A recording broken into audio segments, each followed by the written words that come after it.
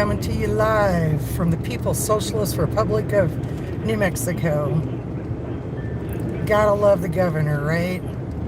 Gotta love the legislature, right? It's the most ridiculous state I've ever lived in. It's so corrupt from top to bottom. There's no question. You don't have rights here. You don't own property here. You don't own a business here. You're just a pawn and you don't count.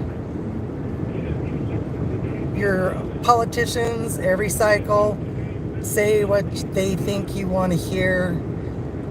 The Democrats are extremely organized. More power to them. At least they actually talk to one another and support one another. Your Republicans here sit behind keyboards or coffee shops and BS, but they don't participate. They wait for somebody to tell them what to do. They vote on soundbite and affiliation, and that's about it. There's no uniformity in that sector of the voting populace. And the whole election process is a complete scam. So I don't know what to say. When I was a kid, we were taught the Constitution, we were taught the Bill of Rights, we were taught civil rights, we were taught how local and state and federal government was supposed to function. We were taught that it was all a representative government, and that we, you and I, little worker bees, the grains of sand, we are the power. They are the servants. Somewhere along the line, that kind of got lost. And everybody waits to pick a battle. And I'm just kind of curious, why is now, with all of the garbage that's been thrown at us, why on earth is not now the time to say enough?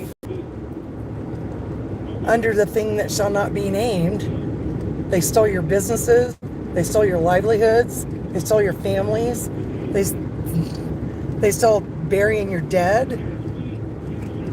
they coerced you, they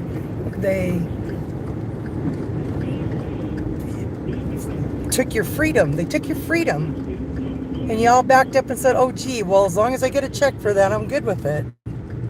How on earth has that been what America has become? This governor and her quote-unquote health order over her freak-out point over gun violence, well, I don't see that as a health issue.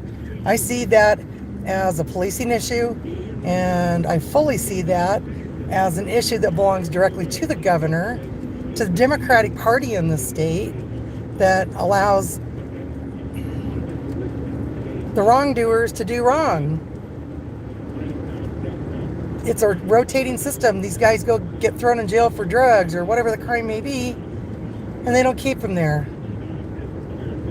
6, 8, 10 months, 3 years to actually run them through a court, and then they get given all these freebies and outs because of circumstance, because they're poor, or they've got some tonal color on their skin or something like that, and they get a walk.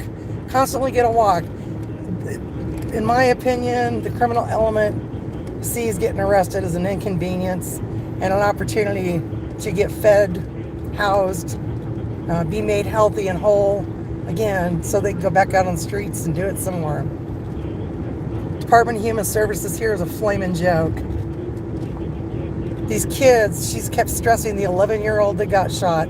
I don't know what those circumstances were, but after living here all these years, my guess would be that it probably had something to do with drugs in their families.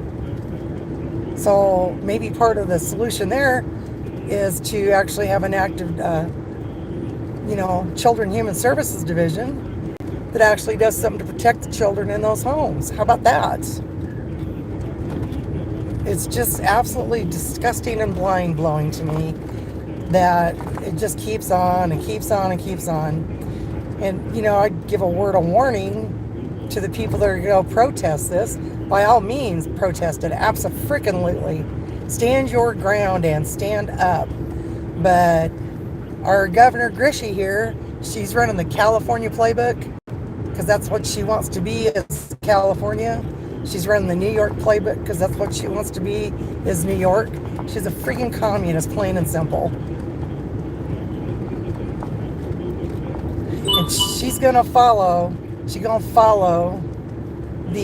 J6 playbook for anybody that shows up to protest.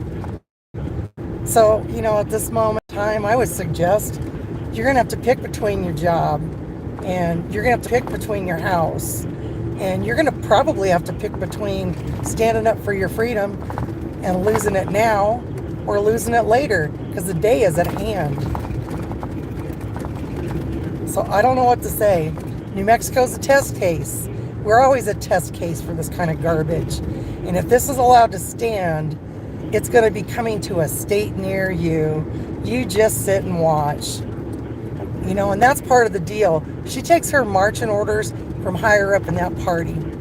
I can guarantee you.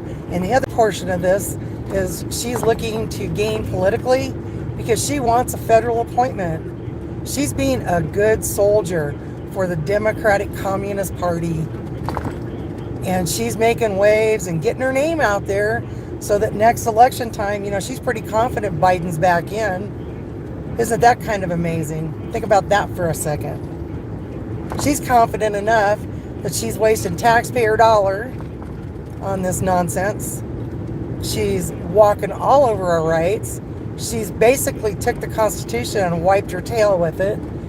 And she knows nobody's going to do anything to her, not in this state. She owns the courts. She owns the state police. Lower policing, it's a mixed bag. The cops during the thing that shall not be named, even the state police, their comment was, well, gee, I got to keep my job. Well, isn't that great for you, madam and sir, who swore an oath to the Constitution of the state of New Mexico and the United States? But you had no problem doing just what your Hitler up there said. Stand on people's rights. Great that you got to feed your family while others starved. Great that you got to freely roam the streets and do as you please while people were trapped and captured in their homes. I'm just saying, New Mexico's a test ground, and it's probably going to springboard off of here, so this is a big, big deal. If you're from out of state and you like your rights, I would suggest you come help New Mexicans support theirs. Don't look to the NRA. All they are is a fundraiser at this point. They don't give a crap about you or anything else. It's nothing but making money.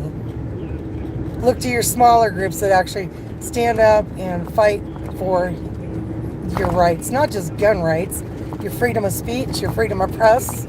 You go on down the list. Support the people that support civil rights.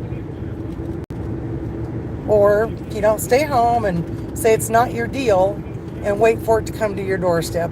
But at some point in America, people are going to get pushed so far to where they're going to have to join forces against their government. And what a friggin' shame that is. Should have never been in that position. Should never have to be in that position. Breaks my heart. This isn't the country I grew up in or was raised in. Big portion of my knowledge base is flat-ass lies from public education and communities.